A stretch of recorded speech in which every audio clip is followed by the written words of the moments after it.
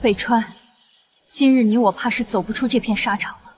能和魏巡将军在一起，我晋北川虽死无悔。兵败之时，我们都没有退，踏着故土战到最后。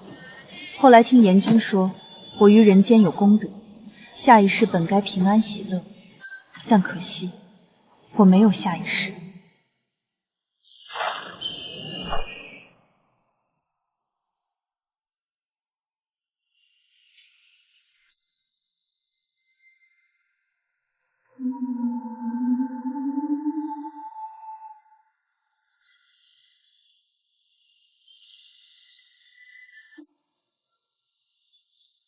恭迎北川上神渡劫归位。恭迎北川上神。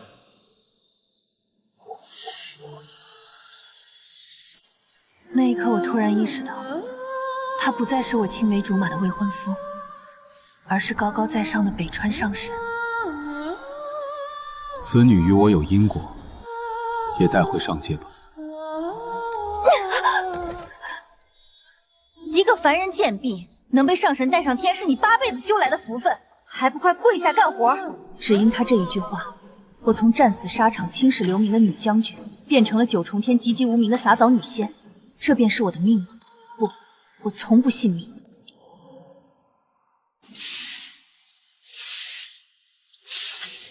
就是他不知感恩，上神带他飞升，他还痴心妄想攀附求见上神。凡人就是凡人，给了仙籍还不安分，也不看看自己什么身份。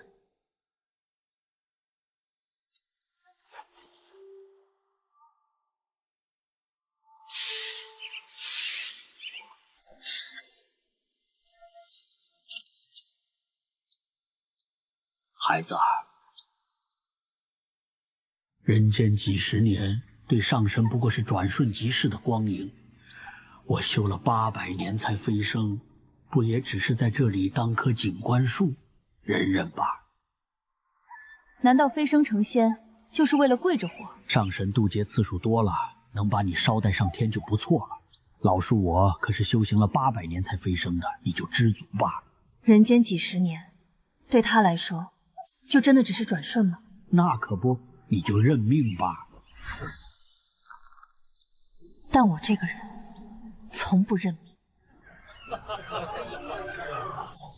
再见到晋北川，是南极仙汪寿辰时，仙事不够，我被抽调过去帮忙。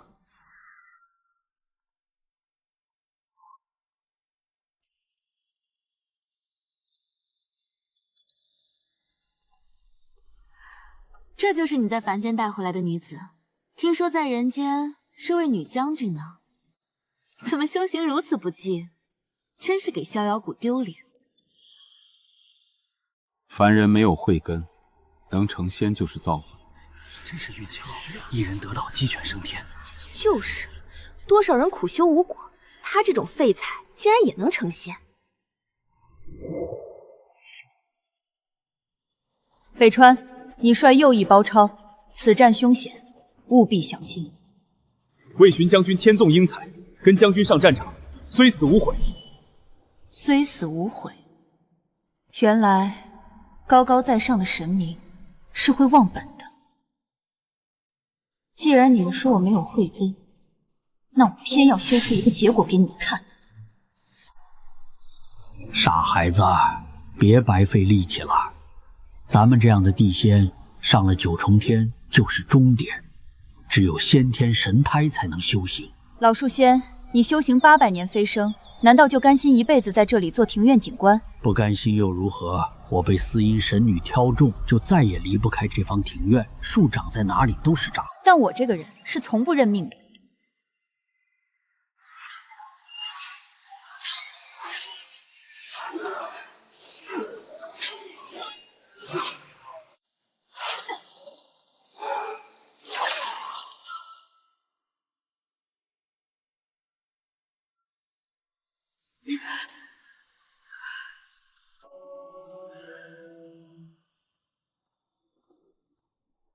我参与了天之涯除魔，功德已经凑足了。我想要一枚洗髓丹。换什么？增寿丹。我想要一枚洗髓丹。地仙用洗髓丹没用，一枚洗髓丹洗不尽浊气，你不如换增寿丹。你们地仙寿元有限，一进便魂飞魄散，大家都来换这个。就洗髓丹吧。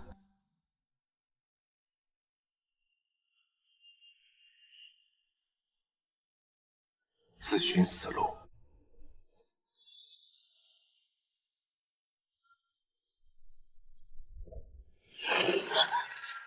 把我的丹药还给我！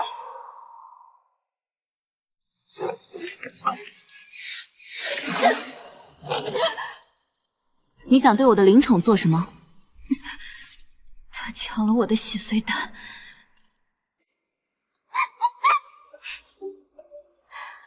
不就是一枚洗髓丹，你一个地仙吃了有什么用？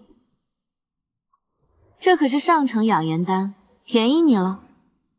你去天之崖杀100个魔物都换不回来。养颜丹，地仙用后外表就不会再衰老，哪怕老死也是青春貌美的样子。可我不想当个漂亮的废物，我只想要能改变命运的洗髓丹。因祸得福，这下子你就不会老了。送你吧。我寿元快尽了，吃了也没用。神女不让我出去，换不了增寿丹，很快就要变成一棵枯树了。有时候也会抱怨，成了仙反倒不如在人间自由。我要是先天神树就好了。听说西方界有一棵神树，上神见了都要行礼，一树就是一戒，多好。在人间的时候，师父说王侯将相宁有种乎？后来他死了，王城歌舞升平，我师父却在边疆死于严寒。朱门酒肉臭，路有冻死骨。原来九重天也是这样。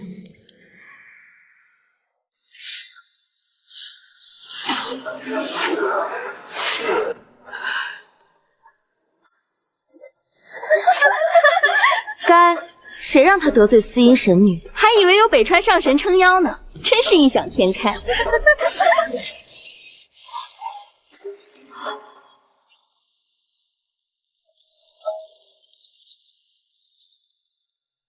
不是白天我不救你啊，你就不能忍忍吗？人在屋檐下不得不低头，你忍上几十年，大家也就忘了这事儿，何必跟上仙硬碰硬？寒气入骨，你本来根骨就不好，这下更没救了。这是我唯一的洗髓丹，好歹能给你驱寒，别说我不讲义气啊。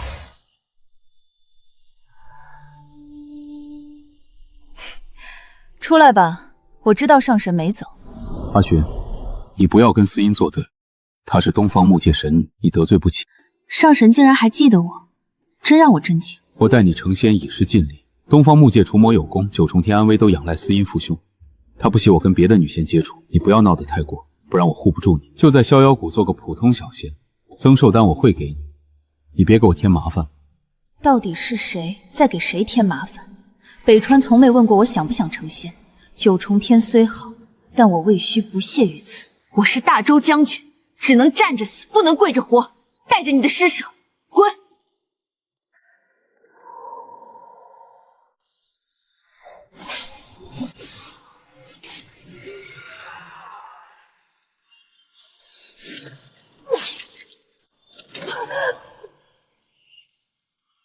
贱人，竟然敢背着我勾引北川上神！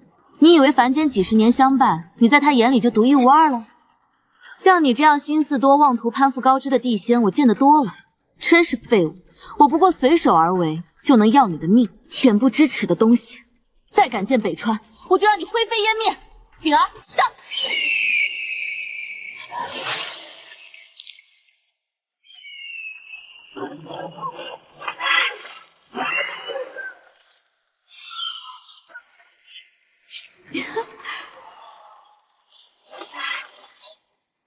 景儿，继续，今晚给你加餐。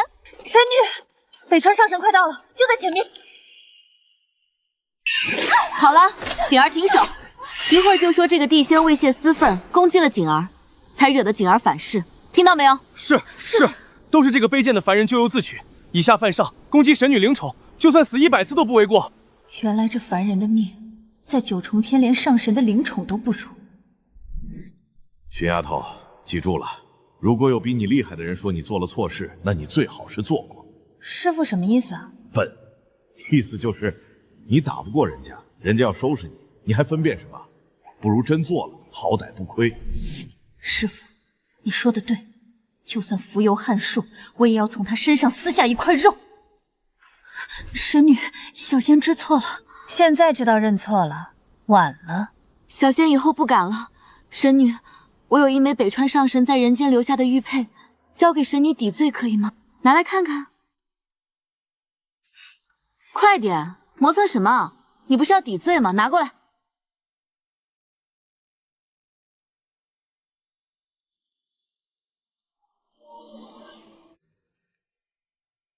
神女，你看，我的脸！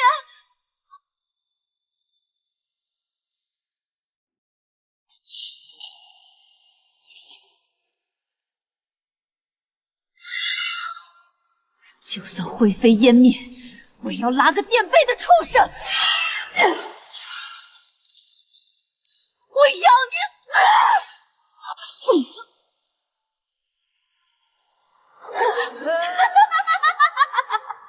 剑上有煞气，你这伤别想好了。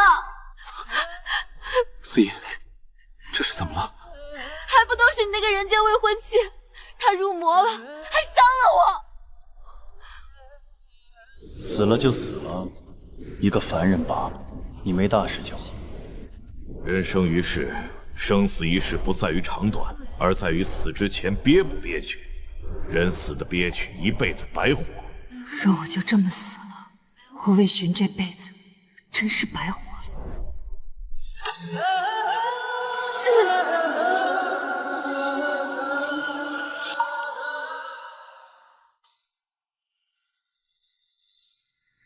这神魔简也不知道怎么了，这黑气翻腾的真真良辰越来越去吓人。我听说，自从200年前那个入魔的地仙落进去之后，神魔井就不太平了。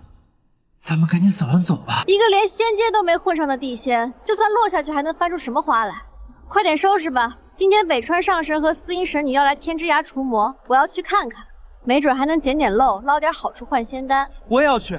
神魔井有什么好收拾的？还能有魔头从这死地里爬上来不成？你们说，今天是谁来除魔？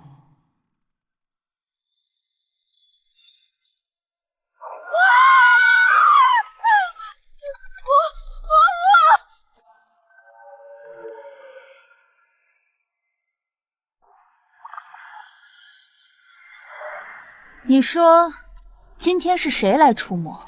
魔物。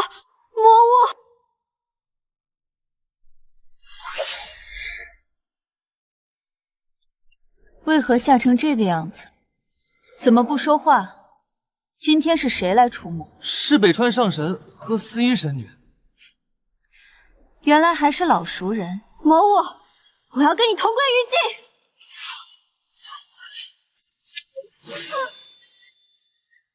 阿紫，你说地仙跳下神魔井会怎样呢？你觉得呢，阿绿？我觉得会死。真的吗？神魔井之下到底有什么，谁都不能确定，只说会死，岂不是有些不严谨？这样吧，我们把他扔下去，看看他是否会死。哎呀，失手了。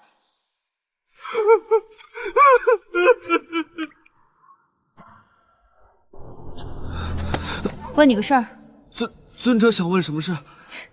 地仙不是都有传讯符吗？你怎么不捏碎了通知上仙过来？传讯符太贵重，要靠除魔积分兑换，我们没有。九重天真是一日不如一日，连传讯符都要克扣。阿绿，你说阿紫现在是死了还是活着？如果我们一直不看，阿紫就一边死一边活，你说这样多好？不死不活，永生不灭。上神求永生，一直没有解法，不如都扔下神魔井，非生即死，不去看结果，九重天不就都能得到永生了吗？阿绿，你放心，你是我回九重天认识的第一个朋友，我不会扔你下去。谁跟你是朋友啊？你这个大魔头！咱们说了这么久的话，还一起经历了阿紫的人生大劫，怎么不是朋友呢？你胡说！你都不知道我叫什么。名字乃身外之物，你以后就叫阿绿吧。你不答应，我就送你跟阿紫作伴。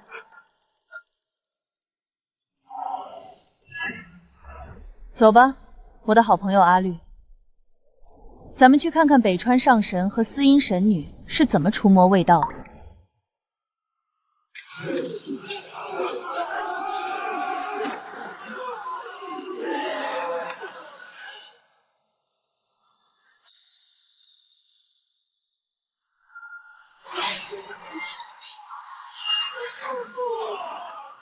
必须先把这魔物的煞气耗尽，北川上神才能收服它。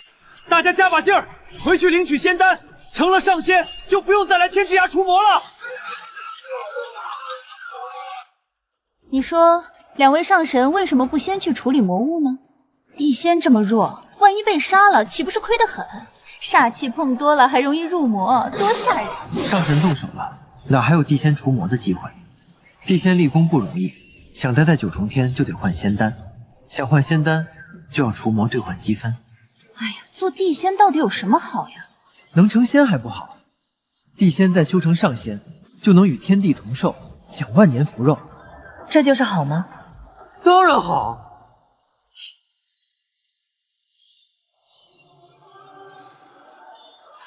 这可算不上什么好事。阿绿，你说地仙真的能修成上仙吗？当然。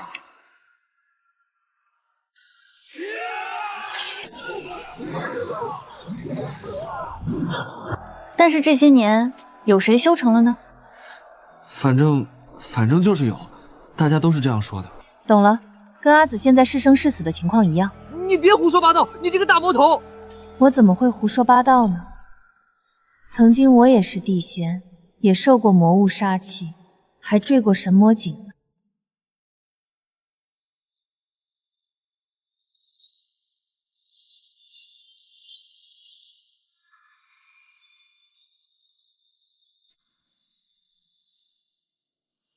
午夜梦回，你们是否想过，那个低贱不堪的凡人魏巡又从地狱里爬上来了呢？大概是想不起来了吧？没关系，我会亲手帮你们想起来。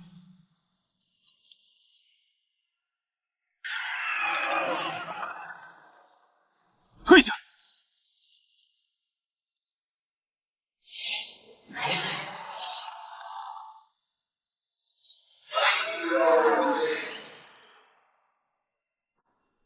司音神别真厉害，不愧是东方木界神女，北川战神也厉害。受伤的地仙留下。怎么，地仙会变成魔物吗？不知道，只听说被煞气所伤的地仙要留下接受检查。这几年好多地仙都折在这里，兴许会变成魔物吧。魔物是什么呢？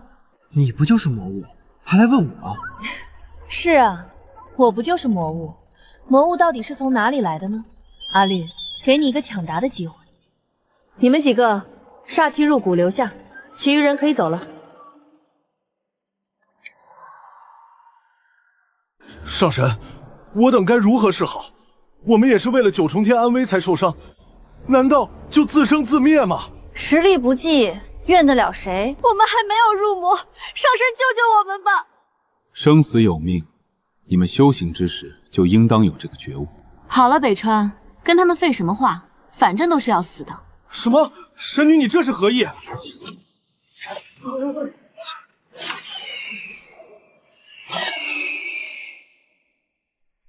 原来我的命都换不下这只白毛畜生的命。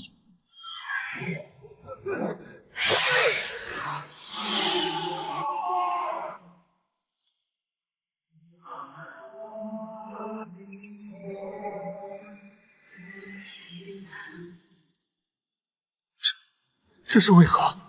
上神为何要活取地仙内丹？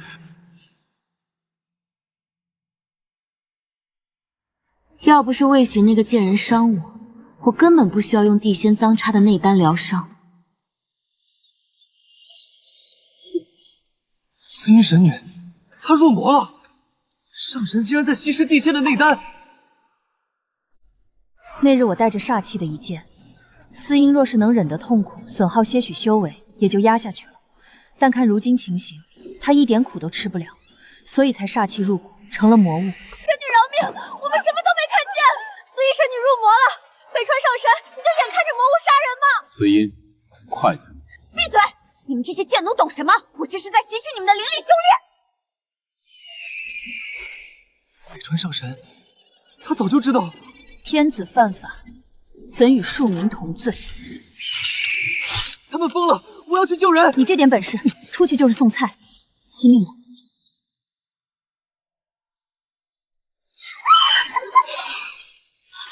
我的灵草！谁在暗处？滚出来！原来高贵的东方木界神女也入魔了。魔物，你这浑身煞气的魔物！如此说来，咱俩也是同一组了。神女怎么还攻击自己人？你身上的煞气，你到底是谁？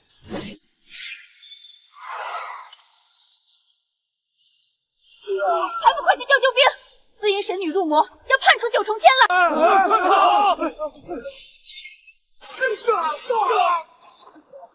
北川哥哥，多谢了。这些见过我脸的贱奴死有余辜，还有这个魔头，快把他杀了！被人知道我们就全完了。你从神魔井之下上来，不然呢？上神自诩救世主，除魔未到，怎么到了自己未婚妻身上就做不成了？神女入魔，不是也应当被处死吗？贱奴怎配与我相提并论？我天生神胎上神之躯，我父亲是东方木之主，我入魔杀几个地仙，能压得住我的魔气，是他们有福气。你一个魔头，有什么资格质问我？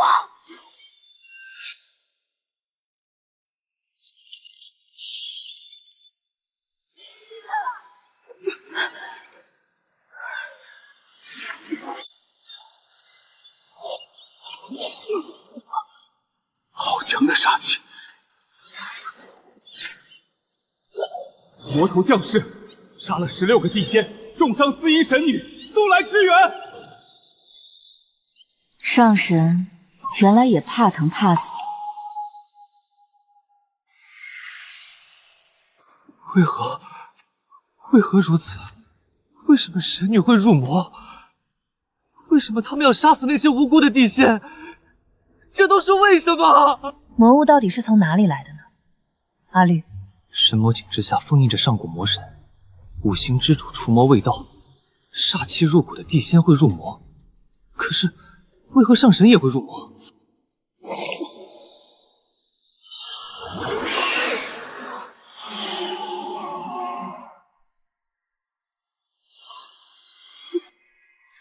哪有什么天生神胎、上古魔神？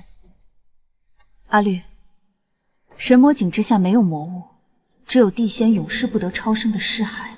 9重天上圣永生不灭的秘密，就在神魔井之下，看到了吗？那永远不散的灵气，是地仙的血肉啊！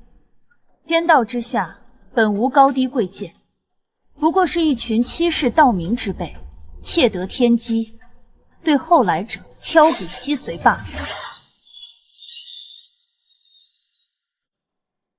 阿绿，咱们有缘再见吧。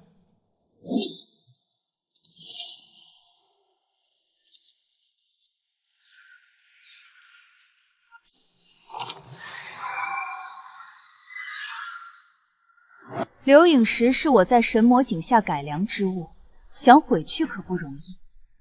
我倒要看看司音入魔杀害地仙之事暴露，9重天会如何处置。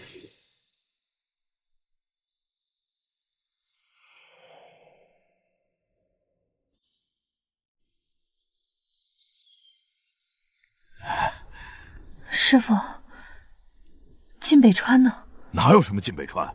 你不会是被北夷人打傻了吧？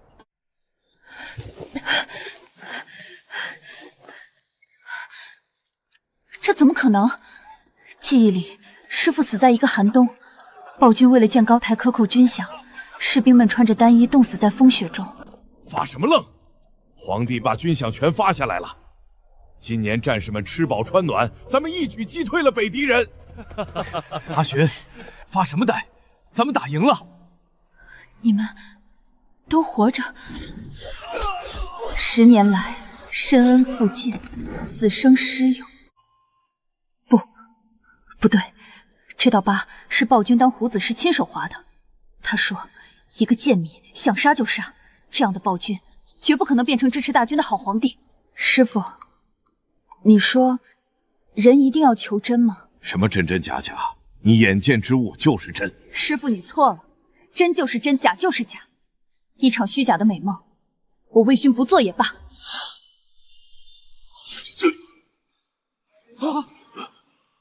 阿雪，你这是怎么了？这就是神魔境最残忍的酷刑吗？为你织一场美梦，弥补所有遗憾。你们以为这样就能让我沉沦吗？我宁可刺穿爱我之人的胸膛，也要那血淋淋的真相。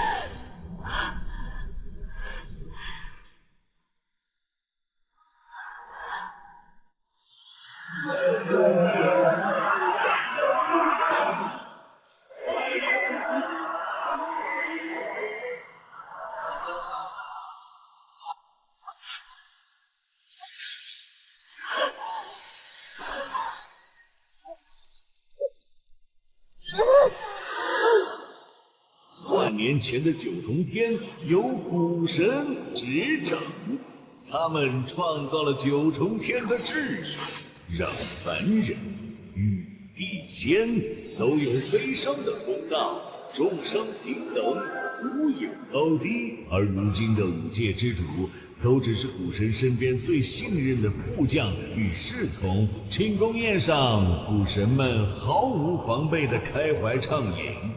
五界之主们，他们联手背叛，用淬灭神魂毒药的利刃刺穿了古神们的胸膛。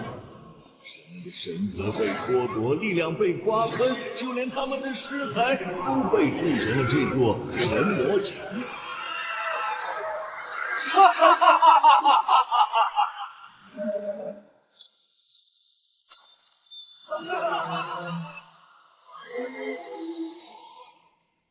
上神们怕这煞气噬身，却又贪恋权位，不肯放弃窃取来的五行之力。这地仙当成祭品，一代又一代扔进井底，献祭尸骨，镇压古神怨念。天神不仁，这笔血债，我魏云会替你们讨回来。你们这些魔头，有种就给我一个痛快！我阿紫就算是死，也不会向你们这群煞气入骨的怪物屈服。上神一定会来剿灭你们的。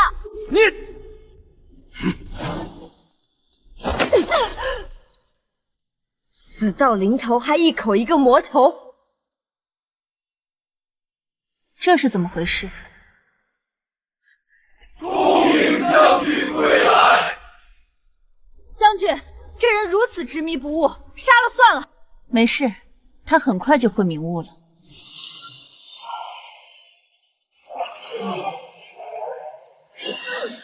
这些上神不仅拿我们地仙当祭品，还要取我们的内丹，拿我们当成垫脚石。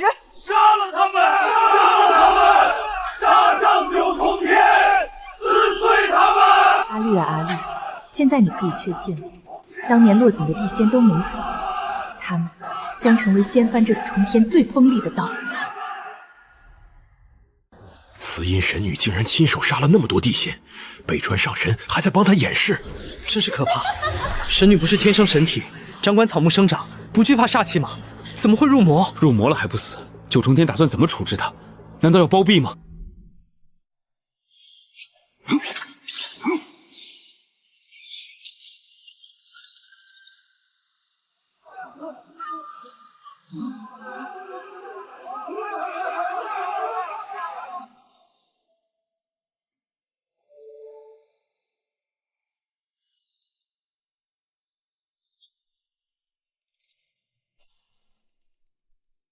废物，一群废物，这点流言都压不住。传我神谕，神女司音因被魔头煞气所伤，心性受染，现禁足于神宫。待查明真相后，必将严惩不贷。一尽孝友。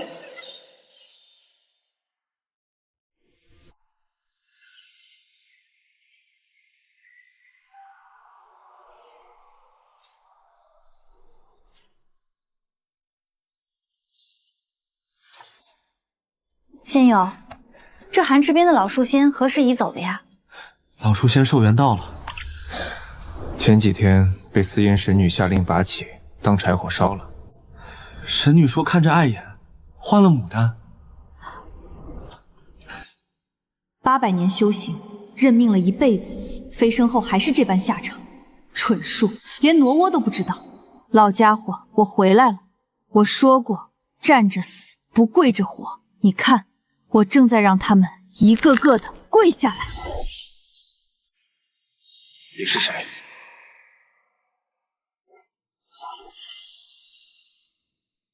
你是谁？北川，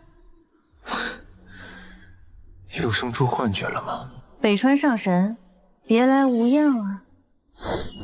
你还是恨我，对吗？你也该恨我。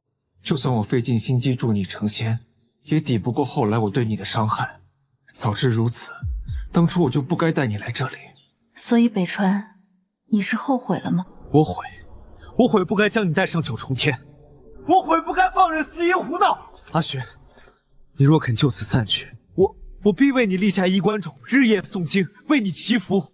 日夜诵经，晋北川，你后悔的是我死了，还是我死的给你添了麻烦，成了九重天的笑柄？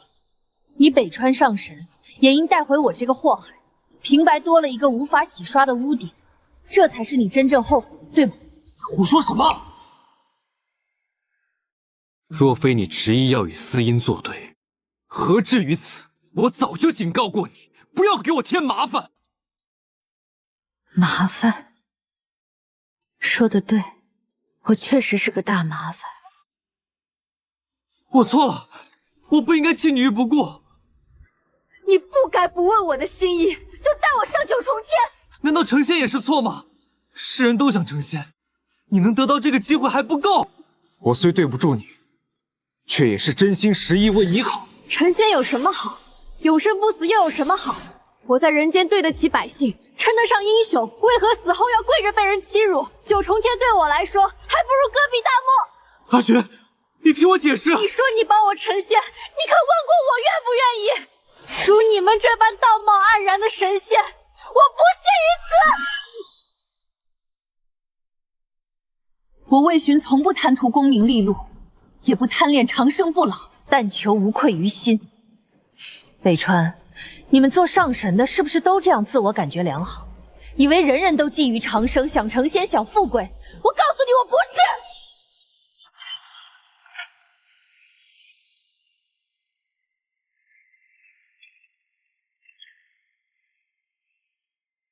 晋北川，你看清楚，我不是你幻觉，也不是心魔，我是从神魔井里爬回来，向你索命的魏巡。你是阿玄，你没死。你是阿玄，你没死。阿玄，不是心魔，不是幻想，对吗？当然不是幻想，没想到我还能活着回来吧？你入魔了？这世上入魔的人多了，司音神女进来可好？那是天之阳。打伤司音水晶流影的是你，阿玄，你不要执迷不悟，入魔不是好事。以为九重天不容，大道3000都没有你容身之地，到时便是我想帮也帮不上你了。帮我？你何时帮过我？在人间，我与晋北川是战友，是亲友，但九重天上的北川上神与我并无瓜葛，不是吗？阿玄，你何必如此？你跟我走，这一次我定能护你周全。跟你走，跟你去何妨？你散去修为，同我去南方火之境，我借得无根之火，你就可以驱除杀气。到时我再送你投胎转世，100年后，我接你回九重天。什么狗屁九重天，我从未放在眼里过。北川，你是天界战神，那就同我过2招，让我看看九重天的神仙都是什么货色。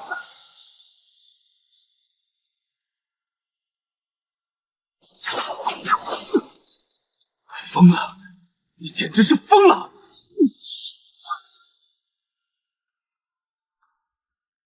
斩的就是你这魔物！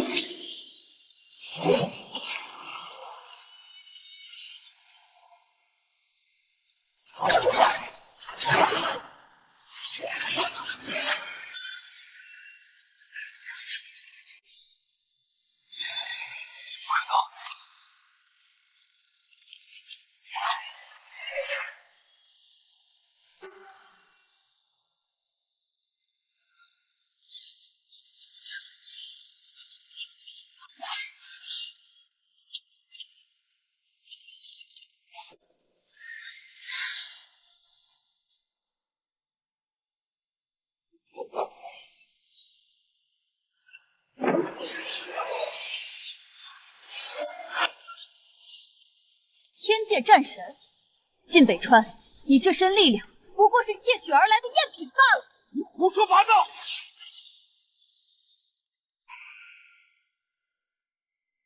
你脚下的这片天，是建立在无数地仙的尸骨之上。你们所谓的神权天域，不过是篡位者编造的谎言。你们的力量，是靠着神魔井下万千地仙的血肉滋养而来。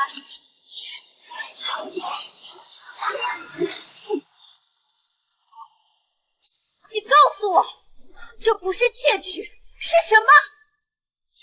就是现在！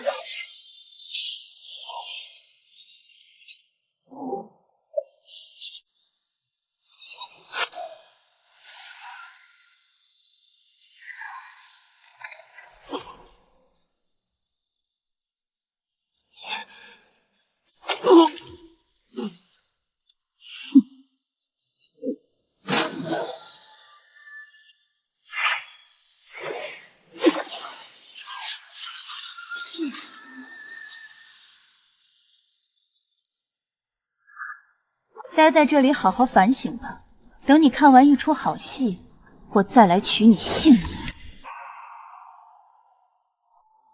小女司音污染魔气，心性大变，犯下滔天大罪。今日本君便要大义灭亲，以正天规。真没想到木之主竟如此刚正不阿，亲手斩杀自己的女儿，该是何等心痛！为父今日便替天行道。不管你接下来想做什么，这道煞气都会如同复古之血。小小礼物，希望你喜欢。司音神女死了，那北川上神怎么处置啊？他不是也包庇魔头了吗？你在胡说什么？死了一位神女还不够吗？上神怎么可能跟地仙一样对待？是啊，上神怎么可能跟我们地仙一样？啊，谁？你怎么又来了？我们魔头就是这样，来无影去无踪的。好久不见啊，我的好朋友阿绿，有没有兴趣和我看一场戏？你还想干什么？司音神女已经死了，你看到了？我什么都没看见，求求你放过我！死了？谁告诉你他死了？走，带你去看一出死人复活的戏。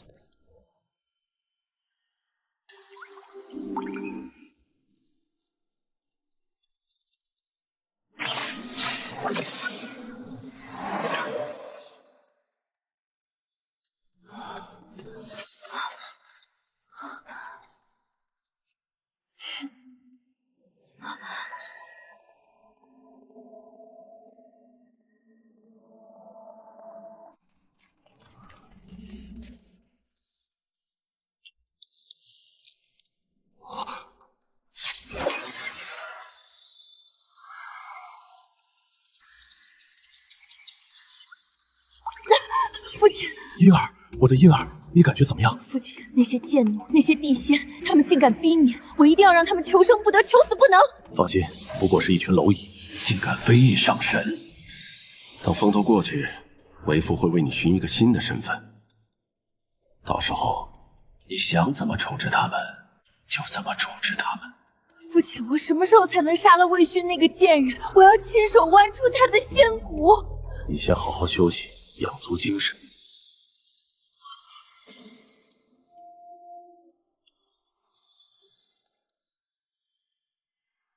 北川去哪儿了？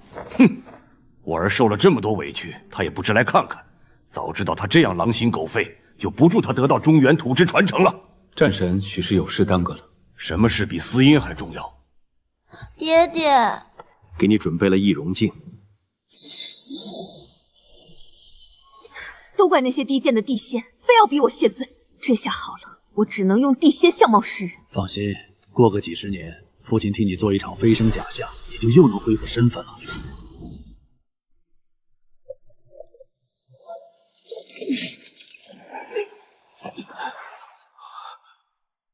魏勋，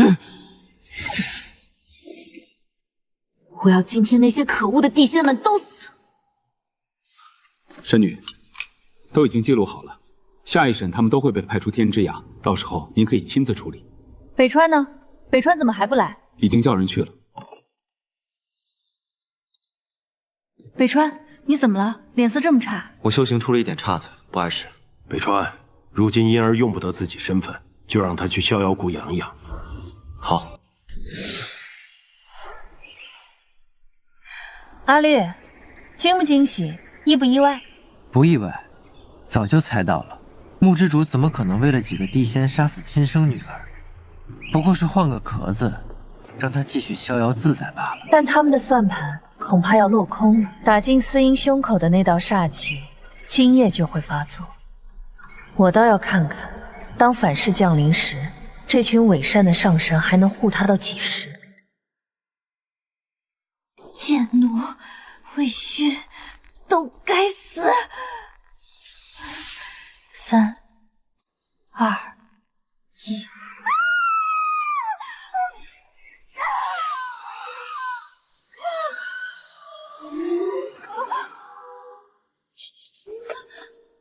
煞气，好痛，好痛！给我力量，给我内丹！上仙，发生何事？内丹！救命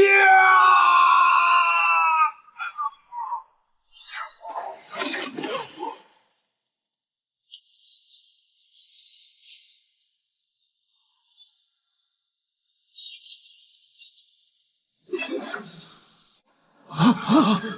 那不是司音神女，她不是已经死了吗？她成魔了，她在吃人。木之主，请给我们一个交代。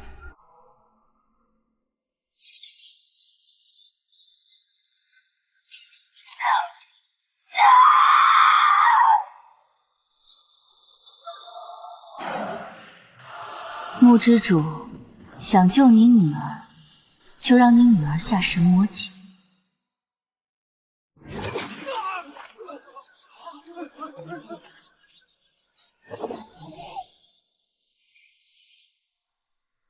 没时间了，木之主，再犹豫下去，他就只有被诛杀当场，神魂俱灭一个下场。你是何人？神魔井下神族古树，神魔井下有什么，还需要我为上贤解释吗？司音神女如今入了魔，除了神魔井，这九重天没地方容得下她。你想要什么？当然是更多的祭品了。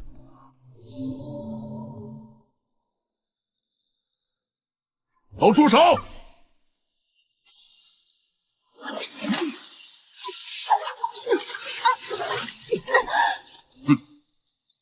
孽障，收！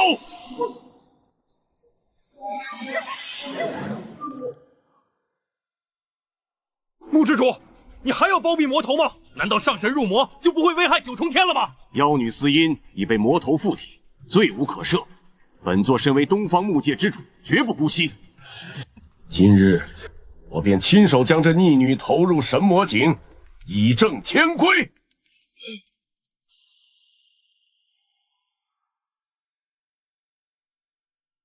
燕儿，撑下去，父亲一定会想办法救你出来。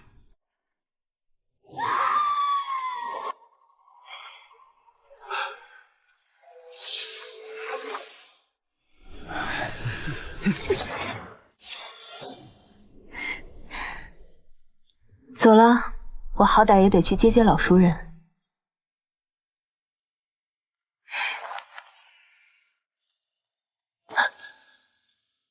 喂！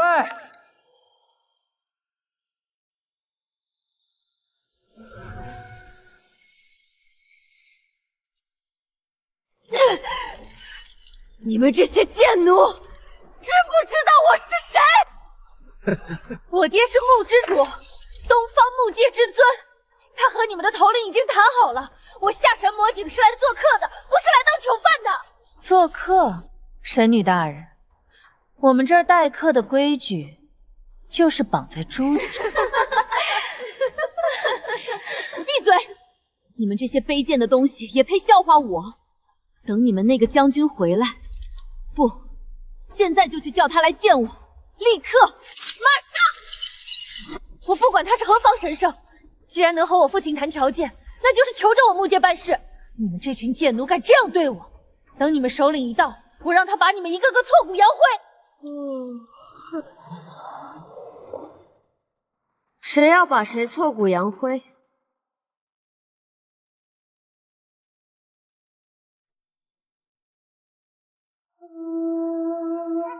将军，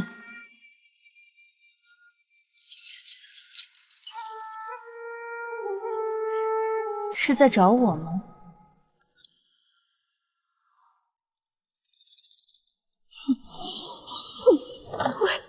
魏巡，故友重逢，真是好久不见。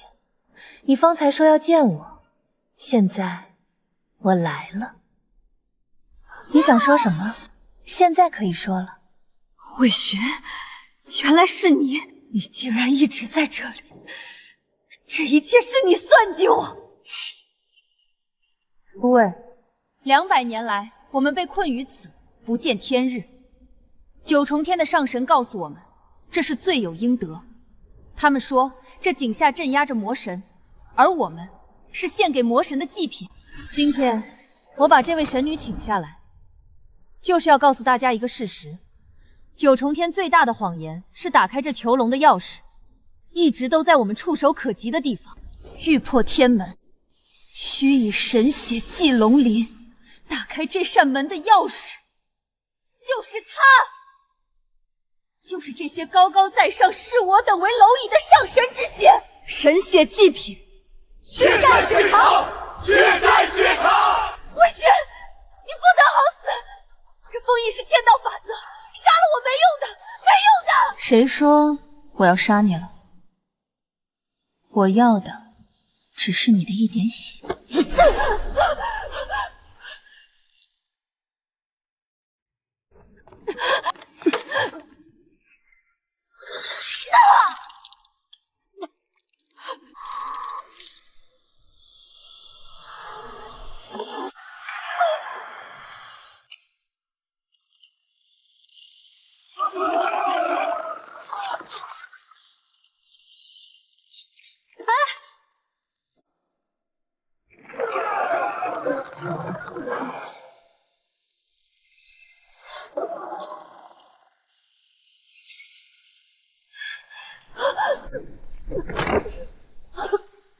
动了，封印动了！天啊，我们可以出去了！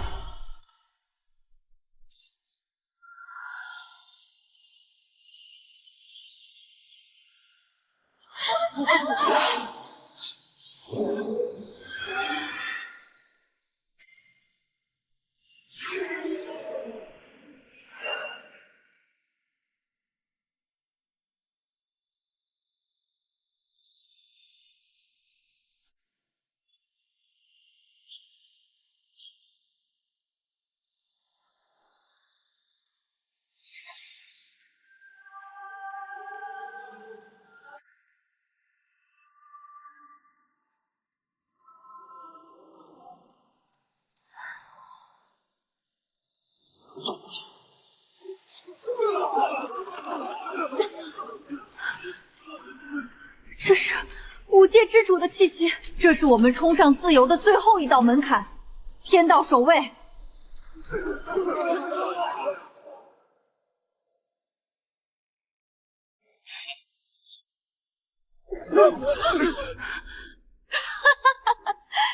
你们这群蝼蚁竟然还敢对抗天道守会！卑贱的地仙，天生就应该烂在这阴沟里！将军，逆神军，听我号令，劫破神战阵！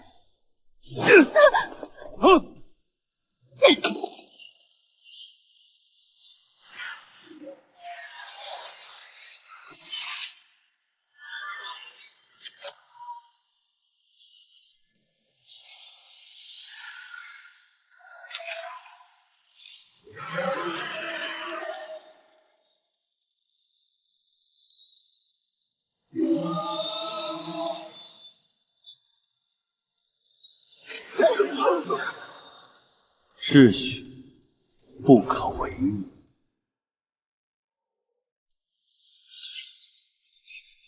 再上，跟他拼了！住手！没用的，所有攻击都会被无效化。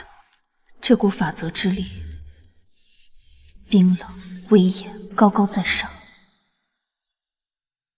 和九重天那群上神如出一辙，但更加纯粹。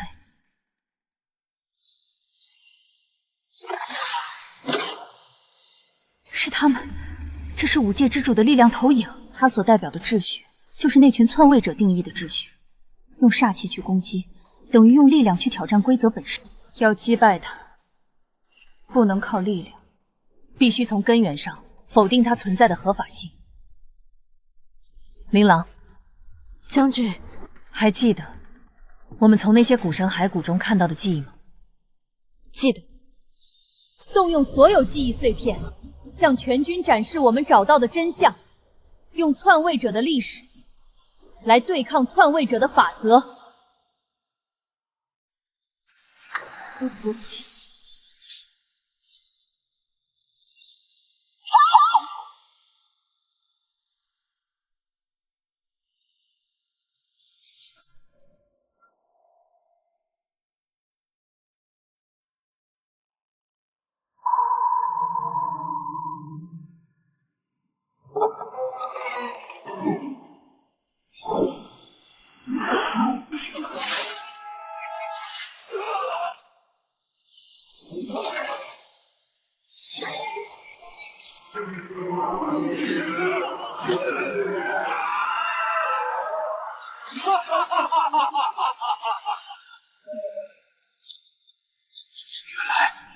我们崇敬的神是世主的窃贼，我们所遵循的道是篡位者写的谎言。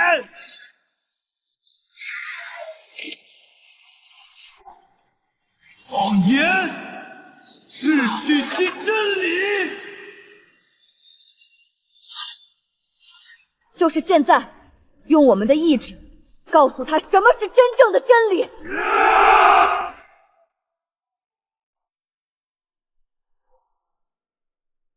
全军听令，将你们的意志借我一剑。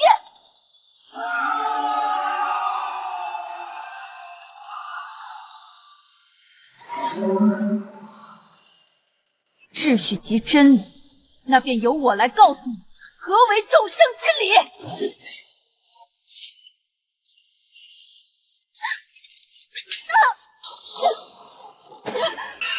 好了，景儿停手。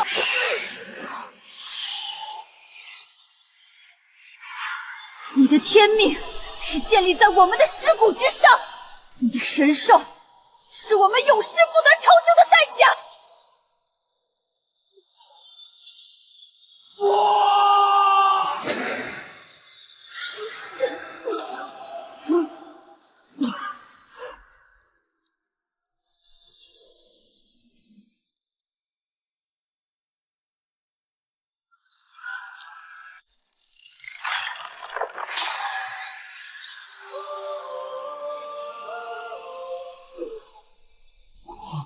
我们还活着，对吗？现在不是梦，对吗？是光。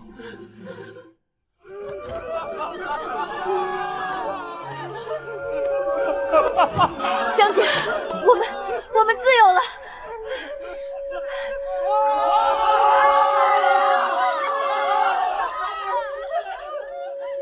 神魔井已破，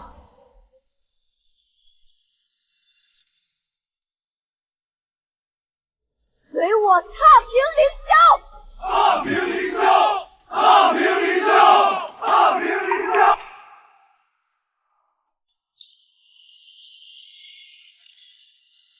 魔头魏巡率领邪魔乌龟冲出神魔境，妄图颠覆九重天纲常。今日五界联手，必将尔等斩尽杀绝。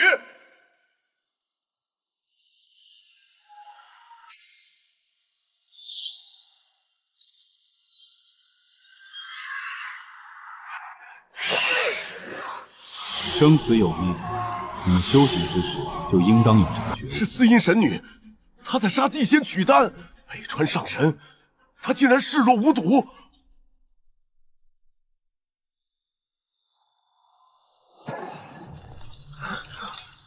妖言惑众，我言断肠。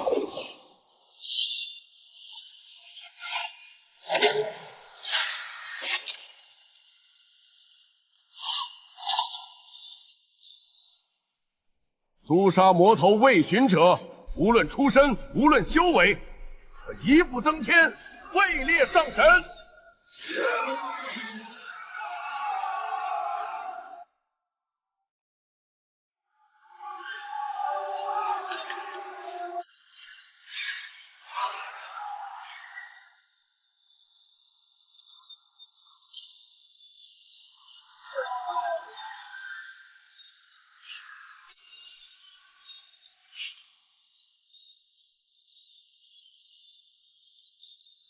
上穷碧落，下撕黄泉，空间逆转，落！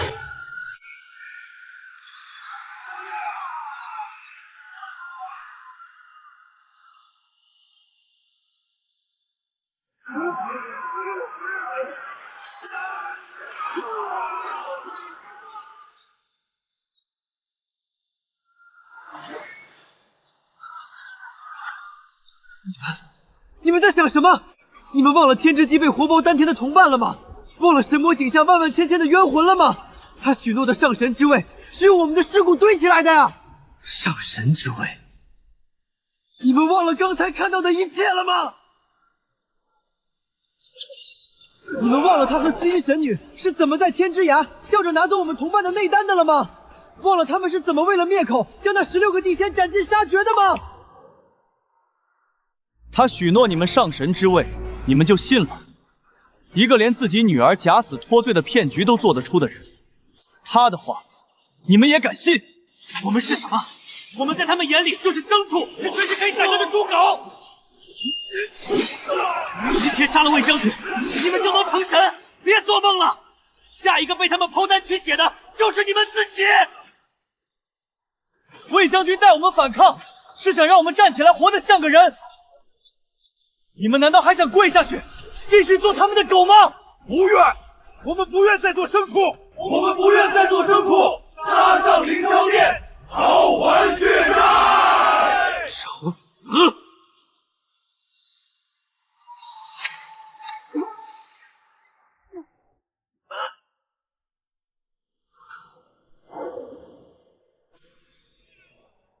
将军，我没有跪着活。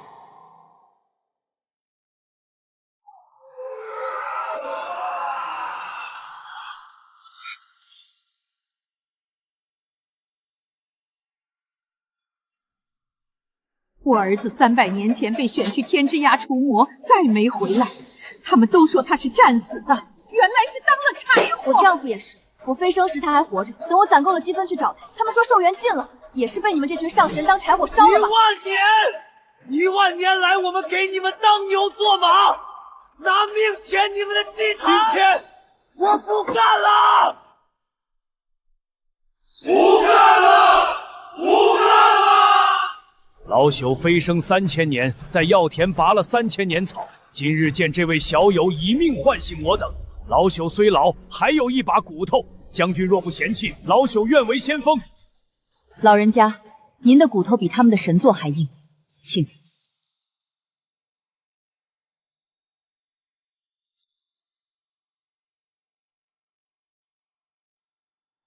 木之主，听到了吗？你的九重天烧起来了！杀！为阿绿报仇！凭什么我们就要当正主？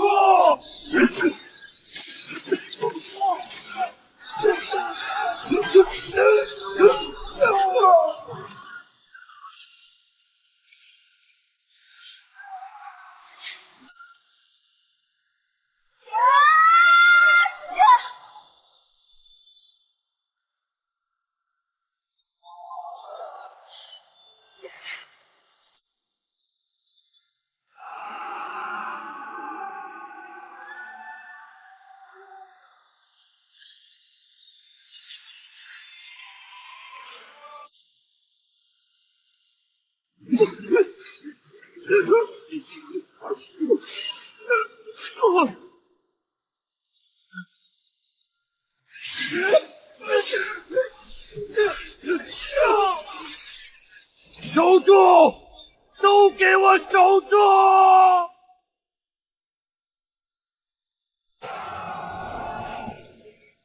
打吧，尽管打。等你们两败俱伤，这九重天终究是我的。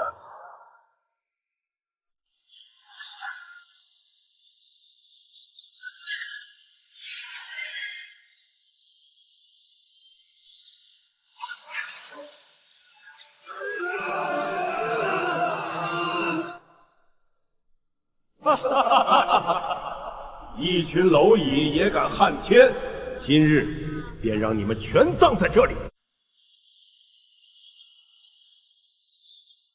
蝼蚁又如何？天神又如何？没有谁天生就应该在谁之下。破阵点在烈日与星河中间。什么狗屁天道！我命由我不由天，给我破！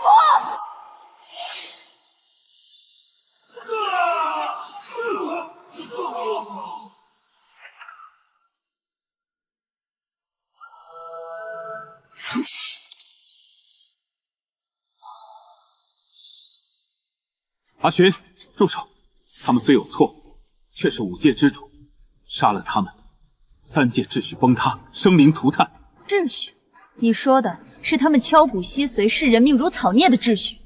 晋北川，你护着他们，不过是想等他们恢复，再借他们的手除掉我，好坐收渔翁之富，对不对？200年前你背叛了我，今天你又想背叛他们。晋北川，你想要这九重天上新的主宰奴役这世间，你做梦！北川上神，快助我等斩杀此魔，日后我等必封你为九重天共主，和我们独享天下。哦，共主不必了，因为这九重天的主宰从一开始就只能是我一个。报！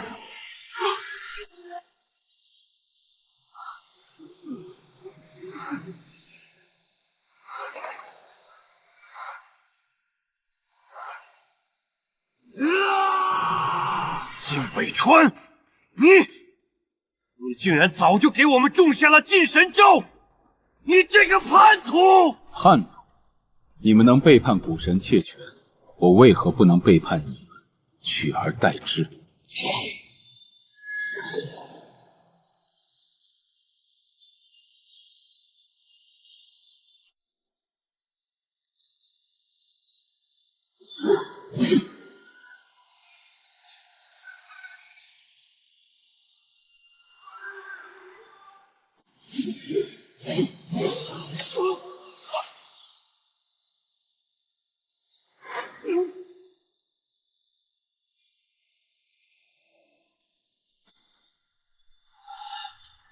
将军不能让他吸收完五行本源之力，否则我们没人是他的对手。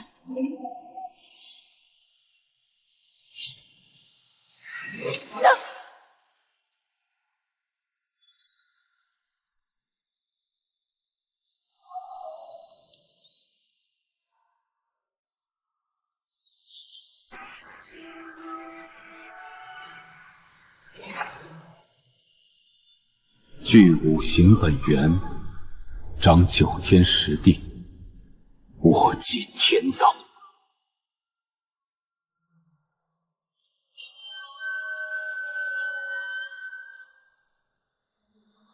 阿寻，过来！现在你我联手主宰这天地间，再无敌手。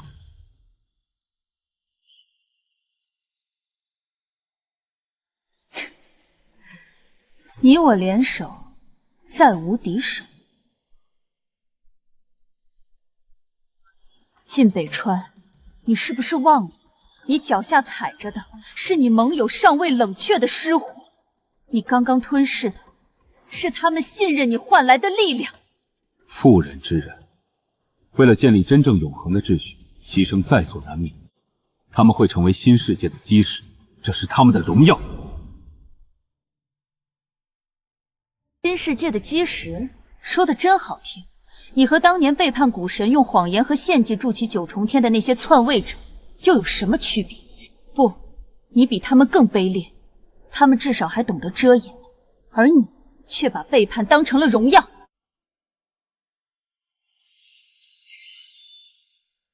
睁开你的眼睛看看，看看死去的阿绿，看看逍遥谷的老树仙，看看神魔井下那万万千株被你们当成养料的同胞。你所谓的秩序，不过是换一个更华丽的牢笼，换一个更自私的主人。我从神魔井里爬出来，不是为了成为另一个高高在上的神去统治谁，去奴役谁。死战不退。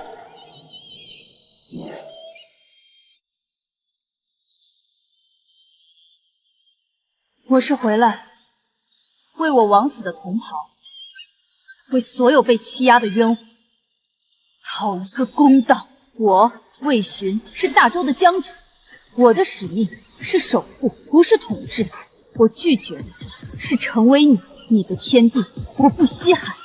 不自量力，我会让你知道你现在的所作所为是多么愚蠢。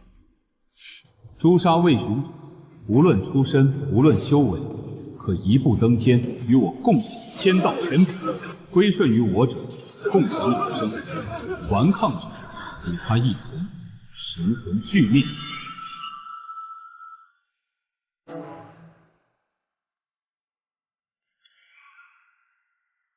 我是凡间修炼500年积累功德才飞升，修的是苍生大道，凭什么做你这个窃取权势阴险小人的鹰犬？我跟将军走，绝不跪着活！天地不仁，万物刍狗。既然天地不仁，那这天地换了也罢。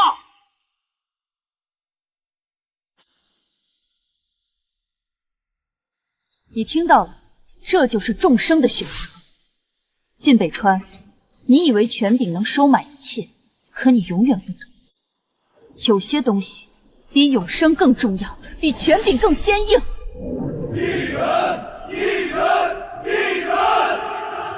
不自量力，蝼蚁竟然意图屠神，就让你们知道什么是天地不仁，以万物为刍口。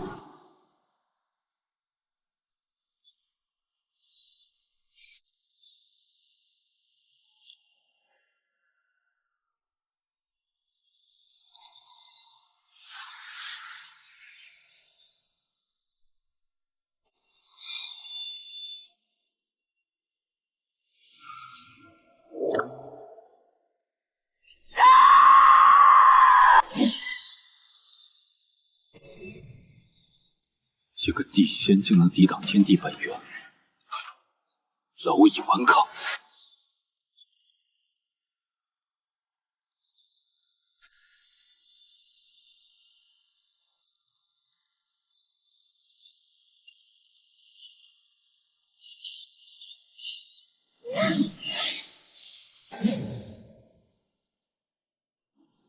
这一剑为老树仙，这一剑为阿绿，这一剑为神魔井下所有冤魂求一句公道。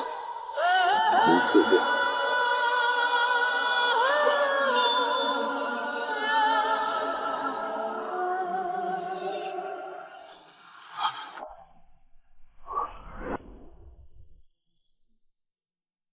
你这到底是什么力量？是你们亲手创造的力量，是你们所有罪孽的总和。胡言乱语！我顺应天道，拨乱反正，功德无量。你这魔头，懂什么天道？你的天道就是踩着所有人的尸骨往上爬吗？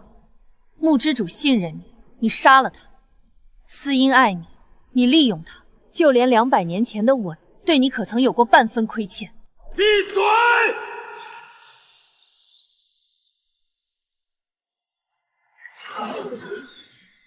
叛徒！为什么？还我命来！不，都是幻觉。我是九重天之主，给我破！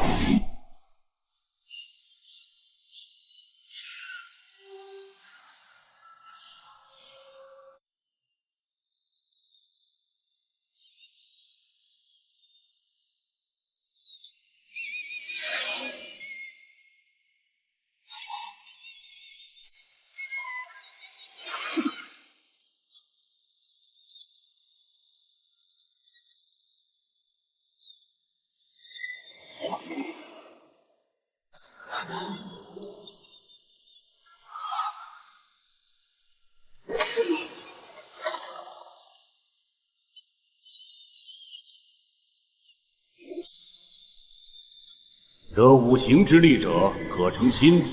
接受它，你就是新的天道。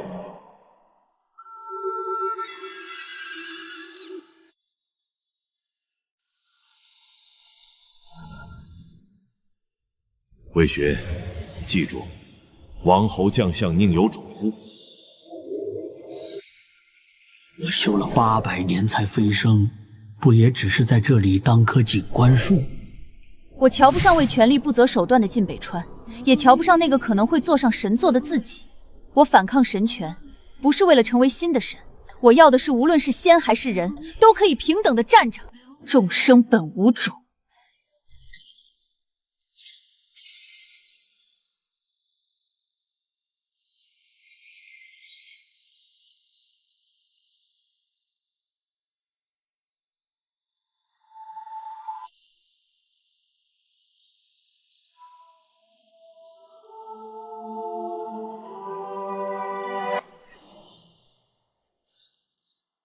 原来五行之力分散，封印的不仅仅是古神尸骸，还有天道。你所求为何？我所求的就是一句凭什么。凭什么神可以改变无辜之人的命格？凭什么地仙就要为奴为婢？这世上有太多事，我都想问一句凭什么。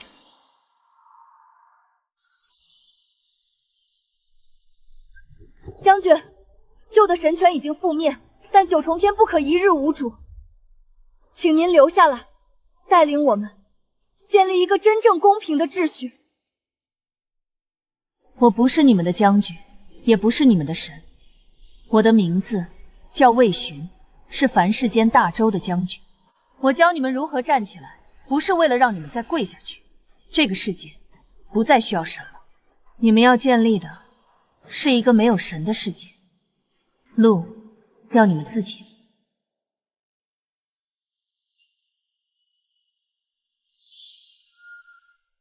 将军！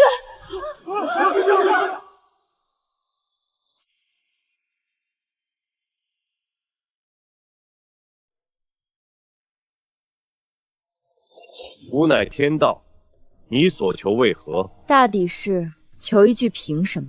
凭什么神可以改变无辜之人的命格？凭什么地仙就要为奴为婢？如今五行之力归于天地，世间再无永生不死的神，吾许你一愿。我想打完那一场没有输赢的仗，回到过人间。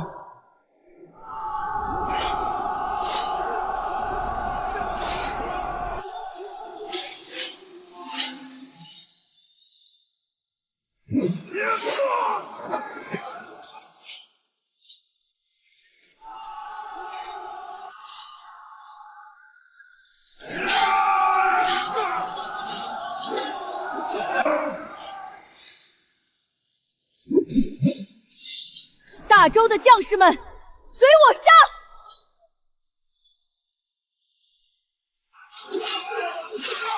拿下那女将！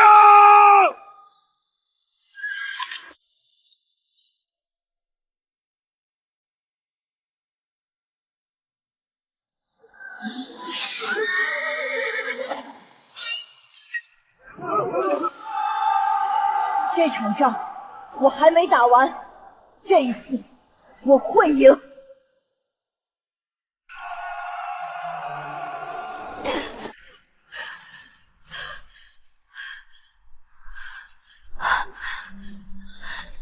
将军，您又受伤了。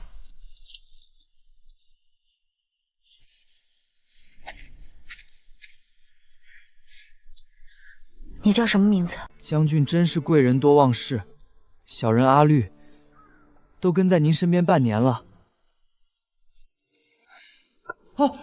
谁？好久不见啊，我的好朋友阿绿。他们竟然全都放弃了仙身，追随着我转世到了这片血腥的人间战场。你为何要来当兵？我也不知道为啥，反正看到将军你，就觉得该听你的，该跟着你干。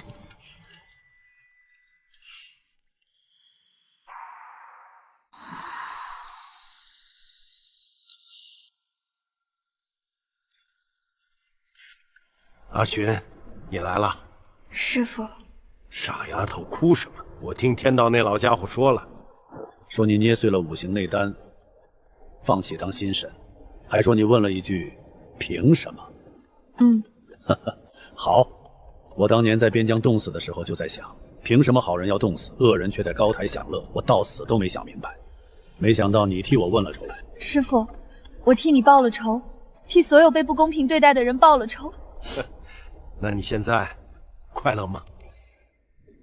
就是他不知感恩，上神带他飞升，他还痴心妄想攀附求见上神。凡人就是凡人，给了仙级还不安分，也不看看自己什么身份。好了，景儿停手，一会儿就说这个地仙为泄私愤攻击了景儿。师父，我从来没有这么快乐过。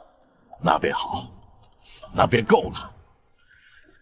阿寻，记住，王侯将相宁有种乎？你一生做到了这句话，师父以你为傲。师父，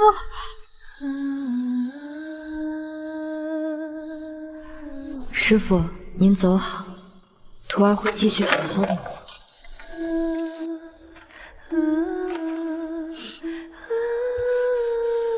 师父，我没有让您失望，我们赢了。大周百姓可以过上太平盛世，不会再有战争和颠沛流离。这一次，我们站着赢了天下。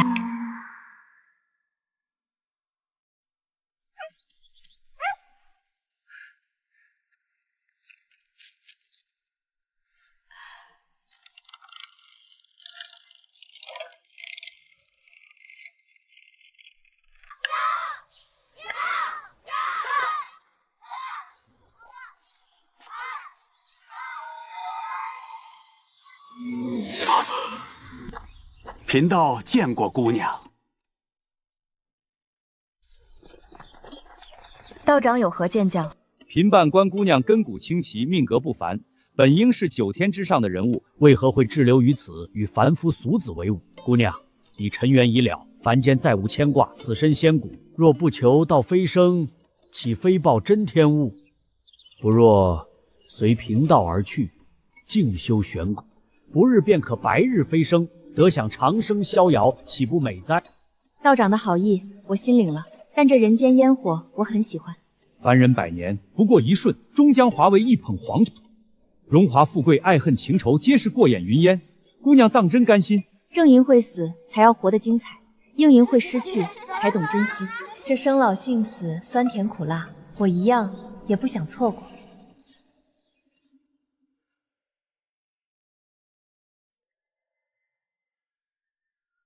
话说那一日，九重天上炸开了锅，一个穿着白衣的女子带着千军万马从神魔井里杀了出来。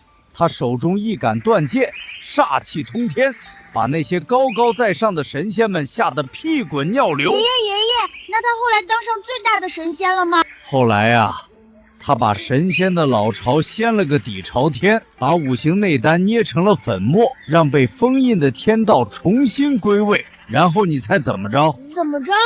他不当神仙，回人间来了。啊？为什么呀？因为啊，他说人间烟火比天上仙气好闻。